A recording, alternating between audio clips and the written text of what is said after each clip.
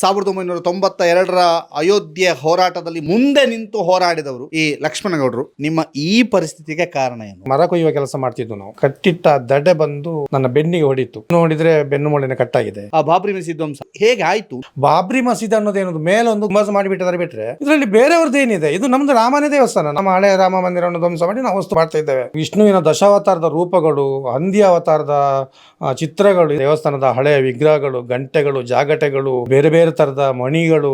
ಒಂದು ಗಂಟೆ ನೋಡಿದೆ ಎಂತ ದೇವಸ್ಥಾನದಲ್ಲಿ ನೋಡ್ಲಿಲ್ಲ, ಎಲ್ಲ ಮಣ್ಣಿನ ಅಡಿಲಿತ್ತಿದ್ದು. ಈಗ ನಮ್ದೊಂದು 6 ಜನರ ತಂಡ ಇತ್ತು. ಭಾಷಣ ಆಗ್ತಾ ಇರುವಂತ ಸಂದರ್ಭದಲ್ಲಿ ಜೋರಾದ ಬೊಬ್ಬೆ ಕೇಳ್ತು. ನೋಡಿದ್ರೆ ಗುಂಬಜ್ನ ಮೇಲೆಲ್ಲ ಪೂರ್ತಿ ಜನ ಇದ್ದಾರೆ. ಗುಂಬಜ್ ಹೊಡಿಲಿಕ್ಕೆ ಪ್ರಾರಂಭ ಆಯ್ತು. ಗುಂಬಜ್ ಬಿದ್ದೆ ಒಂದರ ನಂತರ ಒಂದು 3 ಗುಂಬಜ್ಗಳು ಪಟ ಪಟ ಬಿಟ್ಟು ಕಣ್ಣೀರು ಬಂತು. ಯಾಕಂತ ಹೇಳಿದ್ರೆ ಎಷ್ಟು ಜನ ಪ್ರಾಣ ತ್ಯಾಗ ಮಾಡಿದ್ದಾರೆ, ಎಷ್ಟು ಜನ ಹೋರಾಟ ಮಾಡಿದ್ದಾರೆ. ಅಯೋಧ್ಯೆಯಲ್ಲಿ ರಾಮ ಮಂದಿರ ನಿರ್ಮಾಣ ಆಗಿದೆ, ಉದ್ಘಾಟನೆ ಅಂತಂದ ನಿಮ್ಗೆ ಏನ್ ಅನ್ಸುತ್ತೆ? ಜೀವಿತಾವಧಿಯಲ್ಲಿ ಆಗ್ತದೆ ಅನ್ನೋದು ನನಗೊಂದು ಕಲ್ಪನೆ ಇರಲಿಲ್ಲ. ಅದೆಲ್ಲ ನಮ್ಮ ಪೂರ್ವಜನ್ಮದ ಪುಣ್ಯನೇ ಅದೊಂದು ನೋಡುವಂತ ಅವಕಾಶ. ಅಯೋಧ್ಯೆ ರಾಮ ಅಂತಂದಾಗ ಮೊದಲು ನೆನಪಾಗುದೇನು? ಹಿಂದೂ ಧರ್ಮ ಅನ್ನೋದಕ್ಕಿಂತಲೂ ನಮ್ಮ ಜೀವನದೊಂದು ಸಂಕೇತ ಅದು. ರಾಮ ಮಂದಿರಕ್ಕಾಗಿ ಹೋರಾಡಿ ಬಾಬ್ರಿ ಮಸೀದಿ ಧ್ವಂಸ ಆಗುವಂತಹದನ್ನ ಕಣ್ಣಾರೆ ಕಂಡವರು, ಆವತ್ತು ನಾವು ಮಂದಿರವನ್ನು ಕಟ್ಟಿದರೆ ಇಲ್ಲೇ ಕಟ್ಟುತ್ತೇವೆ ಅಂತ ಸಂಕಲ್ಪವನ್ನ ಹೂಡಿ ಬಂದವರು, ಅಲ್ಲೊಂದು ಚಿಕ್ಕ ಮಂದಿರ ನಿರ್ಮಾಣ ಕಾರ್ಯದಲ್ಲಿ ಕೈ ಜೋಡಿಸಿದವರು, ಇವತ್ತು ವೀಲ್ ಚೇರ್ನಲ್ಲಿದ್ದಾರೆ. ಆದರೆ ರಾಮನ ಜಪ ನಿಂತಿಲ್ಲ, ರಾಮನ ಮಂದಿರ ನೋಡಬೇಕು ಅನ್ನುವ ತವಕವೂ ನಿಂತಿಲ್ಲ. ಅವರು ವೀಲ್ ಚೇರ್ನಲ್ಲಿ ಇರೋದಕ್ಕೆ ಅವ್ರದ್ದು ಇನ್ನೊಂದು ಅಪಘಾತ ಕಾರಣ ಆಗಿರ್ಬೋದು. ಅವರೇ ಲಕ್ಷ್ಮಣ ಗೌಡ ಚಾರ್ಮಾಡಿ ಈಗ ನಮ್ಮ ಜೊತೆಗಿದ್ದಾರೆ. ಅವರ ಈಗಿನ ಪರಿಸ್ಥಿತಿಯನ್ನು ನಿಮಗೆ ತೋರಿಸ್ತೀವಿ. ಅವರು ವೀಲ್ ಚೇರ್ನಲ್ಲಿದ್ದಾರೆ. ಸುಮಾರು 18 ವರ್ಷಗಳಿಂದ ಈ ಒಂದು ಸ್ಥಿತಿಯಲ್ಲಿದ್ದಾರೆ. 1992ರ ಅಯೋಧ್ಯೆ ಹೋರಾಟದಲ್ಲಿ ಮುಂಚೂಣಿಯಾಗಿ ಇದ್ದುಕೊಂಡು ಆಗ ಯಂಗ್ ಆ್ಯಂಡ್ ಎನರ್ಜೆಟಿಕ್ ಆಗಿದ್ದಂತಹ ಯುವಕನಾಗಿದ್ದರು. ತಾನಿದ್ದೇನೆ, ಚಾರ್ಮಾಡಿಯ ಪರವಾಗಿ ನಾನು ಬರ್ತೇನೆ ಅಂತ ಮುಂದೆ ನಿಂತು ಹೋರಾಡಿದವರು ಈ ಲಕ್ಷ್ಮಣಗೌಡರು. ಸರ್, ಮೊದಲಿಗೆ ನಿಮ್ಮ ಈ ಪರಿಸ್ಥಿತಿಗೆ ಕಾರಣ ಏನು? ಆನಂತರ ರಾಮ ಮಂದಿರದ ಹೋರಾಟದ ಬಗ್ಗೆ ಕೇಳ್ತೇನೆ. ಯಾಕೆಂದರೆ ನೀವು ಎಷ್ಟು ವರ್ಷ ಆಯಿತು? ಈಗ 18 ವರ್ಷ ಆಯಿತು ಅಂತ ಹೇಳ್ತಿದ್ದೀರಿ. ಏನಕ್ಕೆ ಹೀಗಾಯಿತು? ಆವಾಗ ನಮಗೆ ಉದ್ಯೋಗ ಅಂತ ಹೇಳಿದ್ರೆ ಇದೆ, ಅಡಿಕೆ ತೆಗಿಯೋದು, ತೆಂಗಿನ ಮರಕ್ಕೆ ಹತ್ತೋದು, ಈ ಥರದ ಕೆಲಸ ಎಲ್ಲ ಮಾಡ್ತಿದ್ವಾ. ಒಂದು ಸಲ ತೆಂಗಿನ ಮರ ಹತ್ತಿ ತೆಂಗಿನಕಾಯಿ ತೆಗಿಬೇಕಾದ್ರೆ ಈ ಥರ ಅವಘಡ ಆಗಿತ್ತು. ಆನಂತರ ಆ್ಯಕ್ಚುಲಿ ಇದು ಆಗಿರೋ ನನಗೆ ಮರ ಕೊಯ್ಯುವ ಕೆಲಸ ಮಾಡ್ತಿದ್ವು ನಾವು. ಮರ ಕೊಯ್ದು ಮರದ ದಡೆಯನ್ನೆಲ್ಲ ಬಿಚ್ಚಿಬಿಟ್ಟು ನಾವು ಈಚೆ ಮೇಲೆ ಬಂದಿದ್ದೇವೆ. ಅಲ್ಲಿ ಕಟ್ಟಿಟ್ಟ ದಡೆ ಬಂದು ನನ್ನ ಬೆನ್ನಿಗೆ ಹೊಡಿತು. ಬೆನ್ನಿಗೆ ಹೊಡೆದ ತಕ್ಷಣ ಬಿದ್ದು ನೋಡಿದರೆ ಬೆನ್ನು ಮೂಳೆನೆ ಕಟ್ಟಾಗಿದೆ. ಇದು 2006ರಲ್ಲಿ ಆದ ಘಟನೆ. ಅಲ್ಲಿಂದ ಏನೇ ಟ್ರೀಟ್ಮೆಂಟ್ ಮಾಡಿದರೂ ಕೂಡ ಯಾವುದು ಪ್ರಯೋಜನ ಆಗಲಿಲ್ಲ. ಅದು ಬೆನ್ನು ಮೂಳೆ ಕಟ್ಟಾಗಿದೆ, ಸ್ಪೈನಲ್ ಕಾರ್ಡ್ ಇಂಜರಿ ಆಗಿದೆ. ಆನಂತರ ಅಲ್ಲಿಂದ ಈಗ 18 ವರ್ಷ ಆಯಿತು. 18 ವರ್ಷದಿಂದ ನಾನು ವೀಲ್ಚೇರ್ನಲ್ಲಿ ಒದ್ದಾಡ್ತಾ ಇದ್ದೇನೆ. ತೊಂದರೆ ಇಲ್ಲ. ಆವಾಗಿನ ಸ್ಥಿತಿ ಬಡತನದಲ್ಲಿದ್ದರೂ ನನಗೆ ಆವಾಗ ಮದುವೆ ಆಗಿತ್ತು. ಮದುವೆಯಾಗಿ 12 ವರ್ಷ ಆಗಿತ್ತು. 2 ಸಣ್ಣ ಮಕ್ಕಳಿದ್ದರು. ಮಕ್ಕಳಿಗೆ ಒಳ್ಳೆ ಎಜುಕೇಷನ್ ಕೊಟ್ಟು ದನ ಸಾಕಿದ್ದು. ನನ್ನ ಮಡದಿ ತುಂಬ ಪೇಚಾಡಿದಾಳೆ. ಹಾಲು ಕರೆದು ನಾವು ಹಾಲು ಹಾಕಿ ನಮ್ಮ ಜೀವನ ಸಾಗಿಸ್ತಾ ಮಕ್ಕಳಿಗೆ ಒಳ್ಳೆ ಶಿಕ್ಷಣ ಕೊಟ್ಟು ಈಗ ಒಬ್ಬ ಮಗ ಸಣ್ಣವ ಇಂಡಿಯನ್ ನೇವಿಲಿ ಕಾರ್ಯನಿರ್ವಹಿಸ್ತಿದ್ದಾನೆ. 5 ವರ್ಷ ಆಯಿತಾ ಒಂದು ಸೇವೆ. ಇನ್ನೊಬ್ಬ ಮಗ ಪುಣೆಯಲ್ಲಿ ಹೋಟೆಲ್ ಉದ್ಯಮ ನಡೆಸ್ತಿದ್ದಾನೆ. ಇತ್ತೀಚೆಗೆ ಹೋಟೆಲ್ ಉದ್ಯಮಕ್ಕೆ ಇಳಿದಿದ್ದಾನೆ, ಸ್ವಂತ ಮಾಡಿಕೊಂಡು ನಡೆಸ್ತಿದ್ದಾನೆ.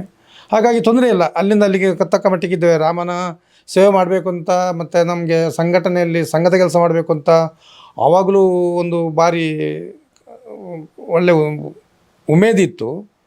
ಸಂಘಟನೆಯಲ್ಲಿ ಒಳ್ಳೆ ಉತ್ಸುಕರಾಗಿ ಕೆಲಸ ಮಾಡ್ತಿದ್ದರಿಂದ ನಮಗೆ ಈ ಅಡ್ವಾಣಿಯವರ ಹೋರಾಟ, ಅಡ್ವಾಣಿಯವರು ರಾಮನ ಅಯೋಧ್ಯೆಯಲ್ಲಿ ರಾಮನ ಮಂದಿರ ಆಗಬೇಕು, ಅಲ್ಲಿ ನಮ್ಮದು ಮಂದಿರ ಇದ್ದದ್ದನ್ನು ಆ ರೀತಿ ಧ್ವಂಸ ಮಾಡಿ ಬಾಬ್ರಿ ಮಸೀದಿ ಕಟ್ಟಿದ್ದಾರೆ, ಅದನ್ನು ಮತ್ತೆ ನಾವು ಧ್ವಂಸ ಮಾಡಬೇಕು, ಏನಾದರೂ ಮಾಡಿ ಕಟ್ಟಲೇಬೇಕು ಅಂತ ಅವ್ರದ್ದೊಂದು ಆಶಯ.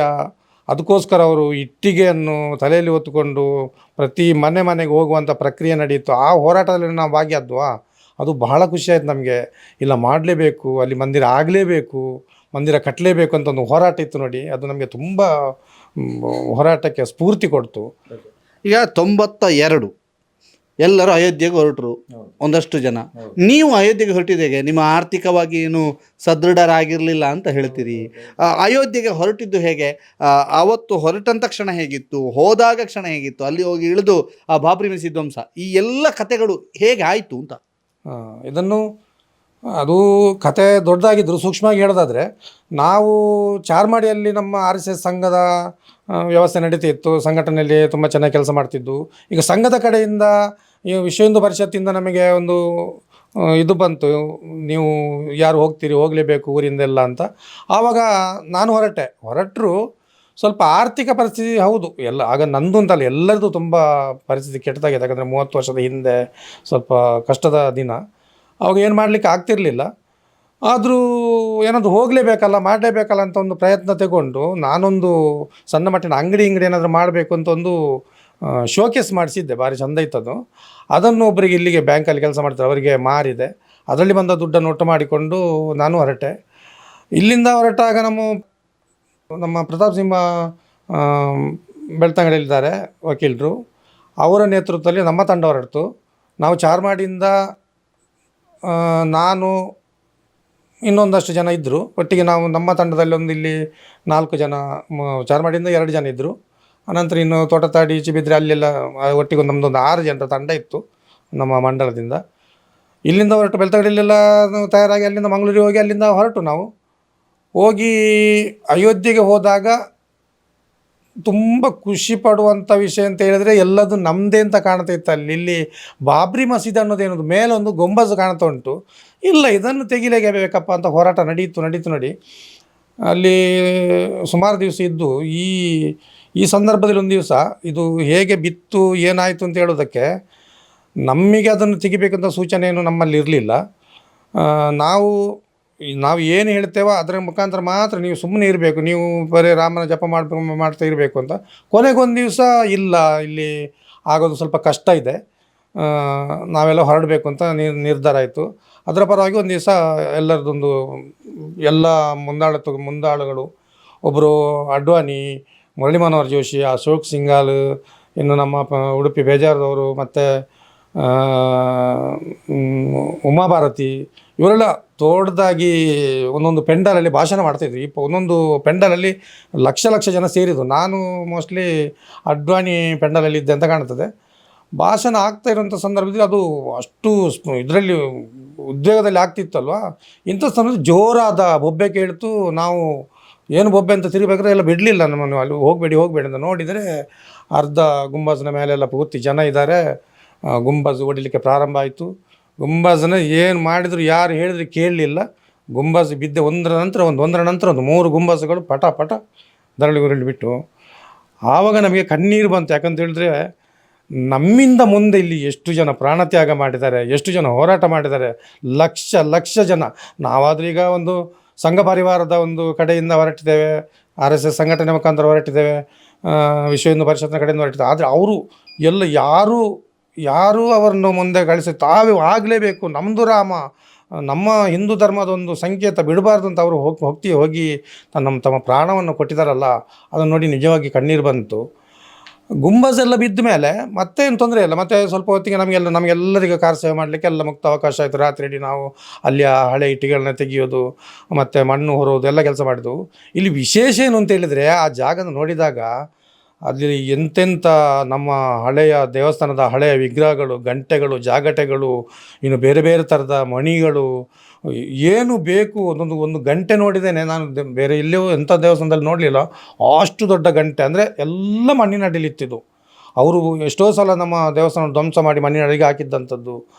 ಇದನ್ನೆಲ್ಲ ತಂದು ಒಂದು ಕಡೆಯಲ್ಲಿಟ್ಟು ಅದನ್ನೆಲ್ಲ ನೋಡಿದಾಗ, ಮತ್ತು ಅಲ್ಲಿ ವಿಷ್ಣುವಿನ ದಶಾವತಾರದ ರೂಪಗಳು, ಹಂದಿ ಅವತಾರದ ಚಿತ್ರಗಳು, ಇದನ್ನು ನೋಡಿದಾಗ ಇದರಲ್ಲಿ ಬೇರೆಯವ್ರದ್ದು ಏನಿದೆ, ಇದು ನಮ್ಮದು ರಾಮನೇ ದೇವಸ್ಥಾನ, ನಾವು ದೂಡಿ ಹಾಕಿದ್ದು ರಾಮಂದು ಹಳೆ ದೇವಸ್ಥಾನನೇ. ನನಗಿವತ್ತು ಆಗೋದು ಅವ್ರ ಮೇಲೊಂದು ಗುಂಬಾಜು ಮಾಡಿಬಿಟ್ಟಿದ್ದಾರೆ. ಬಿಟ್ಟರೆ ನಮ್ಮ ಹಳೆ ಕಟ್ಟಡವನ್ನು, ನಮ್ಮ ಹಳೆ ರಾಮ ಮಂದಿರವನ್ನು ಧ್ವಂಸ ಮಾಡಿ ನಾವು ವಸ್ತು ಮಾಡ್ತಾಯಿದ್ದೇವೆ. ಖುಷಿಯಾಗಿದೆ ನಮಗೆ.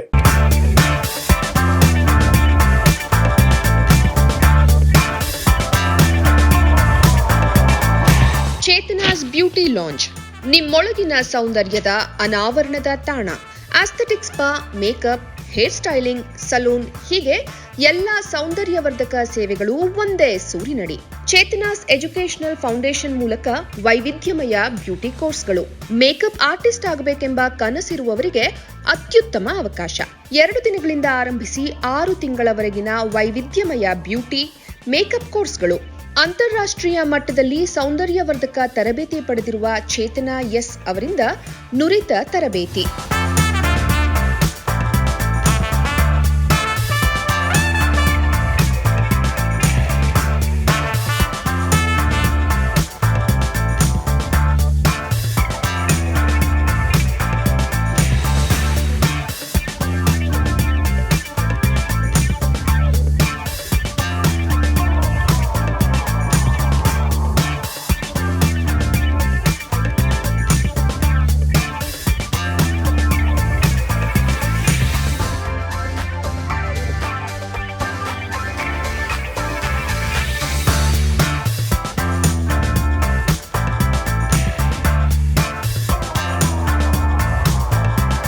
ಈ ಅದ್ಭುತ ಅವಕಾಶವನ್ನ ಸದುಪಯೋಗಪಡಿಸಿಕೊಳ್ಳಿ. ಚೇತನಾಸ್ ಬ್ಯೂಟಿ ಲಾಂಜ್ 3ನೇ ಮಹಡಿ, Kankanadi gate building, Kankanadi bypass ರಸ್ತೆ, ಮಂಗಳೂರು 575002. ಮೊಬೈಲ್ ಸಂಖ್ಯೆ 9845292411, 9108583714, 8904173914. Email chetanabeautystudio@gmail.com. Web www.cblaunch.com. ಅವತ್ತಿನ ಹೋರಾಟದ ಕ್ಷಣಗಳನ್ನು ನೆನಪು ಮಾಡಿಕೊಂಡಾಗ ಇವತ್ತು ತುಂಬ ಜನ ನೀವು ಅಯೋಧ್ಯೆಗೆ ಹೋಗ್ತೀರಾ ಅಂತ ಕ್ವಶನ್ ಕೇಳ್ತಾರೆ. ನೀವೀಗ ಅಯೋಧ್ಯೆಯಲ್ಲಿ ರಾಮ ಮಂದಿರ ನಿರ್ಮಾಣ ಆಗಿದೆ, ಜನವರಿ 22ಕ್ಕೆ ಉದ್ಘಾಟನೆ ಅಂತಂದಾಗ ನಿಮ್ಗೆ ಏನು ಅನಿಸುತ್ತೆ? ಇವತ್ತಾಗುವಂಥದ್ದು ನಿಜವಾಗಿ ನಮಗೆ ಅಂತಲ್ಲ, ಇಡೀ ಪ್ರಪಂಚಕ್ಕೆ ಖುಷಿ ಕೊಡುವಂಥ ವಿಷಯ.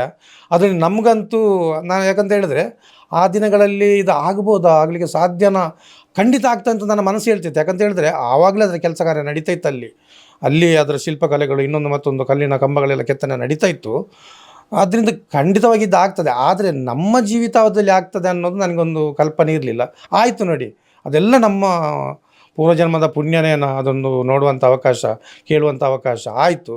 ಹೋಗಬೇಕು ಅಂತ ಭಾರಿ ಆಸೆ ಇದೆ, ನೋಡಬೇಕು ದೇವರ ಅವಕಾಶ. ಇಷ್ಟು ಎಲ್ಲ ಆಗಿದೆ ಅಂತೆ, ಅದಕ್ಕಂತೂ ಅವಕಾಶ ಸಿಗ್ತದೆ. ನಾವೆಲ್ಲ ಕಡೆ ಹೋಗ್ತೇವೆ, ವೀಲ್ಚೇರಲ್ಲಿದ್ದರೂ ಹೋಗ್ತೇವೆ. ಒಂದಲ್ಲ ಒಂದು ದಿವಸ ನಾನು ಅಲ್ಲಿ ಹೋಗಿ ನೋಡ್ತೇನೆ. ನಾವು ಸಂಸಾರ ಸಮೇತ ಹೋಗಬೇಕು ಅಂತ ಆಸೆ ಇದೆ.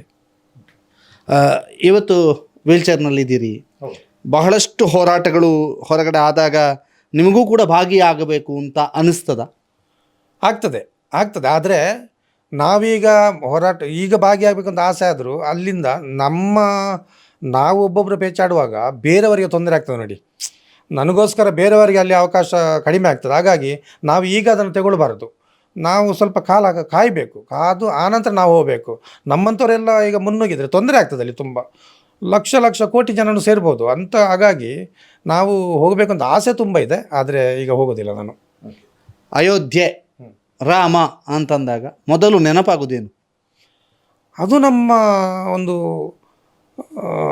ಹಿಂದೂ ಧರ್ಮ ಅನ್ನೋದಕ್ಕಿಂತಲೂ ನಮ್ಮ ಜೀವನದೊಂದು ಸಂಕೇತ. ಅದು ನಮ್ಮ ಇಡೀ ಮನುಷ್ಯ ಕುಲ ಇರ್ಬೋದು, ಪ್ರಾಣಿ ಕುಲ ಇರ್ಬೋದು, ಅದು ಬದುಕುವ ದಾರಿಗೊಂದು ಹೇಗೆ ಬದುಕಬೇಕು, ಅದರ ಆಧಾರದಲ್ಲಿ ನಾವು ಬದುಕಬೇಕು. ಅದಕ್ಕೊಂದು ಏನು ಸಿದ್ಧಾಂತ ಇದೆ, ಆ ಸಿದ್ಧಾಂತ ಅಡಿಯಲ್ಲಿ ಬದುಕುವಂಥದ್ದೇ ರಾಮನ ಒಂದು ಹೆಸರೇ ಅದು.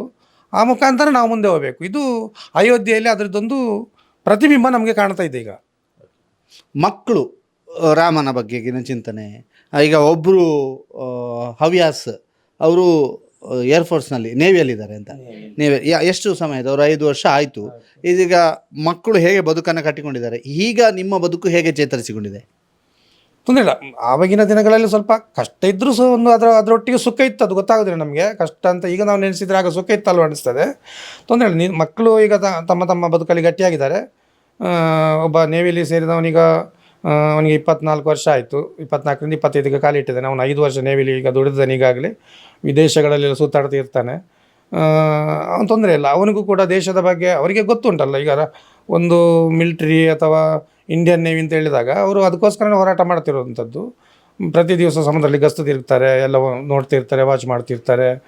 ಅದು ಅವ್ರದ್ದು ಪ್ರತ್ಯೇಕ ಸೇವೆ. ಯಾಕಂತ ಹೇಳಿದ್ರೆ ದೇವ್ರ ಬಗ್ಗೆನೇ ಅಂತ ಅವ್ರದ್ದೊಂದು ಸಪ್ರೇಟಾಗಿ ತಗೊಳ್ಳಿಕ್ಕೆ ಆಗೋದಿಲ್ಲ. ಇನ್ನೊಬ್ಬ ದೊಡ್ಡವನು, ಅವನು ಮೊದಲೇ ಸಂಘಟನೆಯಲ್ಲಿ ಕೆಲಸ ಮಾಡ್ತಿದ್ದ. ಅವನು ಕಲ್ತದ್ದು ಕೂಡ ಪುತ್ತೂರು ಪಂಚಾವಟಿ ಕಾರ್ಯಾಲಯದಲ್ಲಿ ಇದ್ದುಕೊಂಡು ಸಂಘದ ಕೆಲಸ ಮಾಡ್ತಾ ದಿನ ತೆಗೆದಾನೆ. ಅವನು ಕೂಡ ಒಳ್ಳೆ ಇದು ಮಾಡ್ತಿದ್ದಾನೆ ಸಂಘದ ಬಗ್ಗೆ, ಮತ್ತು ರಾಮನ ಬಗ್ಗೆ ದೊಡ್ಡ ದೈವ ಭಕ್ತ ಅವನು. ಅವನೇನು ಪರವಾಗಿಲ್ಲ, ಅವನು ತುಂಬ ಚೆನ್ನಾಗಿ ಅದರ ಬಗ್ಗೆ ಒಳ್ಳೆ ಇದು ಇಟ್ಟುಕೊಂಡಿದ್ದಾನೆ ಧರ್ಮದ ಬಗ್ಗೆ. ಹಾಗಾಗಿ ನಮಗೆ ತುಂಬ ಹೆಮ್ಮೆ ಇದೆ. ನಾನು ಹೆಂಡತಿ ಕೂಡ ಅಷ್ಟೇ, ಅವಳು ಕೂಡ ಸಂಘದ OTC ಆಗಿದೆ ಅವಳಿಗೂ ಕೂಡ. ಅವಳು ಕೂಡ ಧರ್ಮದ ಬಗ್ಗೆ, ನಮ್ಮ ದೇವರ ಬಗ್ಗೆ ತುಂಬ ಹೆಮ್ಮೆ ಇಟ್ಟುಕೊಂಡದ್ದು ಅವಳು. ತುಂಬ ಖುಷಿಯಿಂದ ನಡೀತಾ ಇದೆ ನಮ್ಮದೆಲ್ಲ.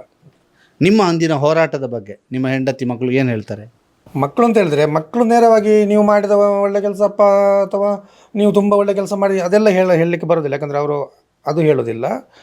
ಅದು ಹೇಗೆ ಅಂತ ಹೇಳಿದ್ರೆ, ಬೇರೆಯವರೆಲ್ಲ ಹೇಳ್ತಿರ್ತಾರಲ್ಲ, ಅವರೆಲ್ಲ ಮಾಡಿದ ಕೆಲಸದಿಂದ ಈಗ ನಮಗೊಂದು ಅಲ್ಲಿ ಮಂದಿರ ನಿರ್ಮಾಣ ಆಗುವಾಗಾಯಿತು, ಒಳ್ಳೆಯದಾಯಿತು, ಒಳ್ಳೆ ಕೆಲಸ ಮಾಡಿದ್ದಾರೆ ನಿಮ್ಮ ಅಪ್ಪ ಅಂತ ಹೇಳಿದಾಗ ಅವರಿಗೆ ತುಂಬ ಹೆಮ್ಮೆ ಆಗ್ತದೆ. ಅದನ್ನು ಮನಸ್ಸಲ್ಲಿ ಇಟ್ಟುಕೊಂಡು ಖುಷಿ ಪಡ್ತಾರೆ, ಬಿಟ್ಟರೆ ಬಾಯಿ ಬಿಟ್ಟಲ್ಲೇ ಹೇಳೋದಿಲ್ಲ. ಅದು ಮಕ್ಕಳು ಅಪ್ಪನ ಹತ್ರ ಬಂದು ಹೇಳೋದಿಲ್ಲ ಅದು ಯಾವತ್ತು. ಹಾಗಾಗಿ ಅದರ ಬಗ್ಗೆ ತುಂಬ ಹೆಮ್ಮೆ ಇದೆ ಅವರಿಗೆ, ಖುಷಿ ಪಡ್ತಾರೆ. ಮಡದಿನ ಅಷ್ಟೇ, ಮಡದಿಗೆ ಹೇಳಲೇಬೇಕಾಗಿಲ್ಲ, ಅದು ಯಾವತ್ತೂ ನಮ್ಮ ಪರವಾಗಿರೋದಲ್ಲ. ಹಾಗಾಗಿ ಅದು ಖುಷಿ ಪಡುವಂಥದ್ದೇ, ಅದರಲ್ಲಿ ಏನಿಲ್ಲ. ಇದು ಲಕ್ಷ್ಮಣರವರ ಮಾತು. ಈಗ ಸ್ವಲ್ಪ ದಿನಗಳ ಕಾಲ ಅಸಹಾಯಕತೆ ಅವರಲ್ಲಿತ್ತು. ನಾನು ಅದು ಮಾಡಬೇಕು ಇದು ಮಾಡಬೇಕು ಅಂತಂದಾಗ ಅವರಿಗೆ ಒಂದು ಅಪಘಾತ ಆಗಿ ತೊಂದರೆಗಳಾಗಿತ್ತು. ಅದರ ಇತ್ತೀಚಿನ ದಿನಗಳಲ್ಲಿ ಅವರು ಸ್ವಲ್ಪ ಹೊರಗಡೆ ಓಡಾಡ್ತಾ ಇದ್ದಾರೆ, ಒಂದಷ್ಟು ಸಂಘ ಸಂಸ್ಥೆಗಳಲ್ಲಿ ಗುರುತಿಸಿಕೊಂಡಿದ್ದಾರೆ. ಅದರ ಜೊತೆಗೆ 1992 ತನ್ನ ಯುವ ರಕ್ತ ಅಥವಾ ಬಿಸಿ ರಕ್ತದ ಸಮಯದಲ್ಲಿ ಇಂತಹದೊಂದು ಹೋರಾಟದಲ್ಲಿ ನಾನು ಭಾಗಿಯಾದೆ ಅನ್ನೋಂಥದ್ದು ಬಹಳ ಹೆಮ್ಮೆಯಿಂದ ಹೇಳ್ಕೋತಾರೆ. ಅವರು ಮಾತ್ರ ಅಲ್ಲ, ಅವ್ರ ಇಡೀ ಕುಟುಂಬ ಇವರ ಹೋರಾಟದ ಬಗ್ಗೆ ಹೆಮ್ಮೆ ಪಡ್ತಾ ಇದೆ. ಇವತ್ತು ರಾಮ ಮಂದಿರ ಆಗ್ತಾ ಇರೋದಕ್ಕೆ ಬಹಳ ಹರ್ಷವನ್ನು ವ್ಯಕ್ತಪಡಿಸಿದ್ದಾರೆ. ಪಂಚೇಶ್ ಚಾರ್ಮಾಡಿ ಜೊತೆಗೆ ದಾಮೋದರ್ ದೊಂಡೋಲೆ, ಸುದ್ದಿ news, Charmadi.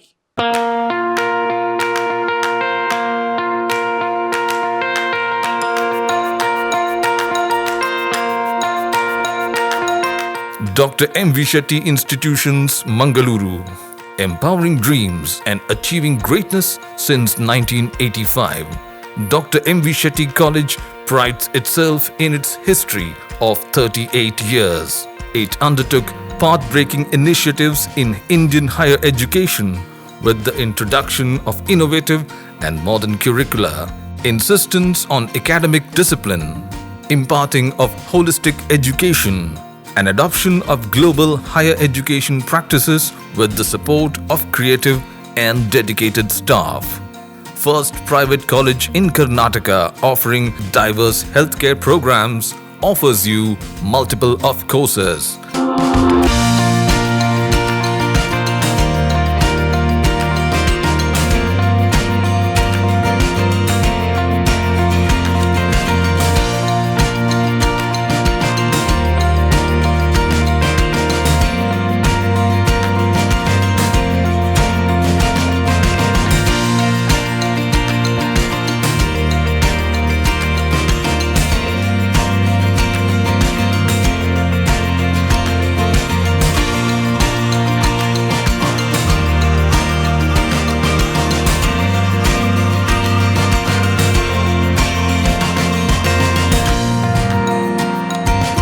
Dr. M.V. Shetty Institutions is a nurturing ground for an individual's holistic development to make effective contribution to the society in a dynamic environment. Dr. M.V. Shetty Institutions, Kavu Road, Vidyanagar, Mangaluru, Karnataka, 575013.